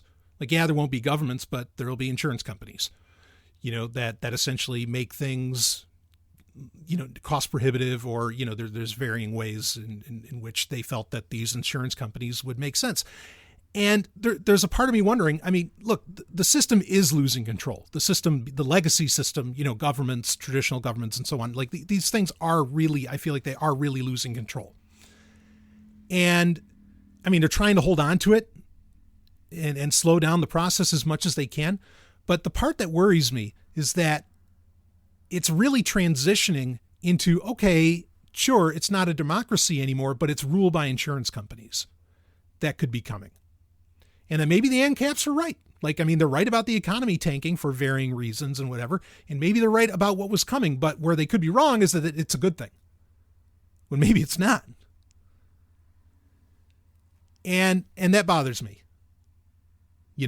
because again, everything like Facebook, with Facebook down, everybody suddenly realized, holy shit, that is one fragile company, as to where you wouldn't have thought that a few years ago. You wouldn't have thought that a few, 2 weeks ago, 3 weeks ago. That is a fragile company. You realize the entire legacy system, the entire civilization as we live in it, is incredibly fragile. And you can't really secure it. So all you can really do is just, if you're the, they, them, those, if you're the powers that be within that civilization, within that power structure, all you can do is remove your liability. To be able to stay in power and to hold on to whatever accounts for wealth, in your mind. So maybe that's coming, but I don't think that that's any better future than what we have. So than what we're in. But anyway, that's, I know I went like way out there, but that's what Sovryn Tech does. We get into the deeply philosophical, right? And I think you'd be, operating systems for computers are such a backbone of civilization. Like, I do think that they speak to, the pulses of varying elements of, the humans that live in it and their desires. So I think you can read into them a little bit as to what's going on. Is it part of a bigger play? Because again, it'd be different if we were in the 90s and okay, yeah, some people have computers, like maybe a quarter of the population has computers. And if they do, it's like 8 people using them, but now again, everybody has a fucking computer, whatever shape it takes. And good luck controlling that. Good luck securing that. You can't. Not as a whole. So, your promises of you government needing to exist because you secure the people, you protect the people, you can't do that in cyber warfare. There's just no way. You're already falling on your face. So they remove liability. Anyway, back to Windows 11. Windows 11. So, what are my thoughts ultimately on this? Ultimately, it's pointless. Ultimately, it does nothing that excites me. The one thing that would have been cool would be, again, to have the Android apps and have them easy and a part of, the infrastructure of the operating system. Yeah, I can install BlueStacks as well, but to have it like be attached and something that that's OS wide, that's a cool thing. Partly because that allows for you to use your smartphone less, which I think is ultimately a good thing as well. Okay. So, I approve. I think that that's a fine idea, but then also it just goes to show Windows 11 really just goes to show, again, its pointlessness. It goes to show there's nothing here that couldn't have been done in Windows 10 and shouldn't be done in Windows 10. And, maybe what's going to happen is Windows 12 will come around and they'll revert back to like Windows 10 stylings. Maybe the people are going to be heard, and that's going to happen just like what happened between 8 and 10, what happened between Vista and 7. Maybe that's going to be the situation. It really does feel like every other version of Windows is bad, right? Like, okay, you got 95, the 98 sucks. You get, well, that they sucked for a while until XP came. I mean, you could skip ME, I guess. 2000 was great. But, you go to 98, oh, it's horrible. You go to XP, fuck yeah. And then you get Vista, and then you go to, and it's like, oh, that's horrible. Then you go to 7, yay, this is great. And it just goes on and on. So, it does feel like that could be true. And maybe it's because those middle versions are always pushing people to uncomfortable limits. And then Microsoft knows where to revert back. But I think Windows 11 is very different. Even if that's true, Windows 11 is very different in that this is really like, I know Windows 8 did this to some degree, but really Windows 11 feels like they just removed so many features that have been a core part of Windows forever, since at least 95. So this thing was it was a massive mistake. And there's really no good reason for it. And don't buy the TPM argument is bullshit. And I think I laid out at least one possibility of what was behind the decision for that. But again, it really has nothing to do with security. It just has to do with removing liability. If you're happy with Windows 10, stay there.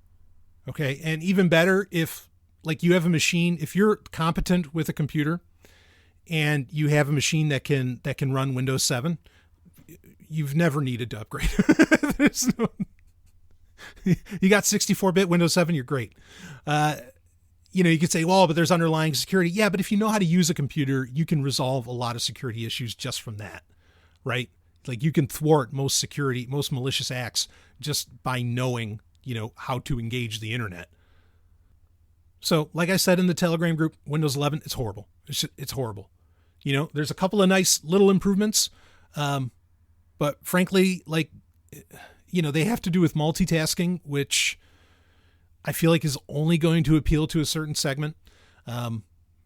Most of the additions are bad ones. And again, a lot of the removals were just bad moves. It's horrible.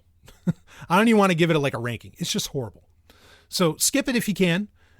Wait till Windows 12. I don't know. Maybe just stick with Windows 7 and we're not going to get, because look, we're never going to, I shouldn't say never. There is likely not going to be some new software out there that will just suddenly, holy shit, this only runs on Windows 12 or 13 and I just have to have that. I don't believe it. What do you do with a computer? I guarantee you the best software that's already, ever that does what you want to do on your computer, if you're a productive person on a computer and not just a consumer, has already come out, and it came out 10, 15 years ago.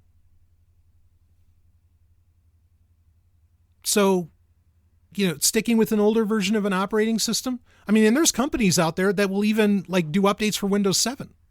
You have to trust the company. I know that's a little bit of a roll of the dice, but that exists. I just, I started off the show talking about how you can innovate beyond perfection. And I'm not saying Windows was ever perfection in any form. Okay.